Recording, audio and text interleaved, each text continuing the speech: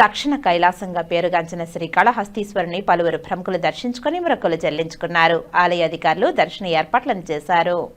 పవిత్ర పుణ్యక్షేత్రమైన శ్రీకాళహస్తిలో వాయులింగేశ్వరుని మాజీ ముఖ్యమంత్రి ఎన్టీ రామారావు తనయుడు రామకృష్ణ, హైదరాబాద్కు చెందిన ఎమ్మెల్సీ టీజీ జనార్దన్లు దర్శించుకున్నారు.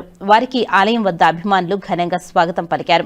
ఓవైపు ఎన్టీఆర్ అభిమానులు, మరోవైపు తెలుగుదేశం పార్టీ నాయకులు స్వాగతం పలికారు.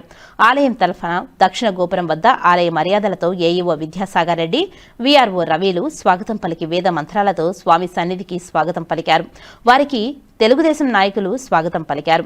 రాష్ట్ర మీడియా ప్రతినిధి శ్రీధర్ వర్మ, శ్రీకాళహస్తి వ్యవసాయ market committee chairman Gangineni Chenchaiah Naidu, Srikalahasti ధర్మకర్తల మండలి సభ్యులు కాసరం రమేష్, కంఠా రమేష్, పోలూరు శ్రీనివాసులరెడ్డి తదితరులు పాల్గొన్నారు.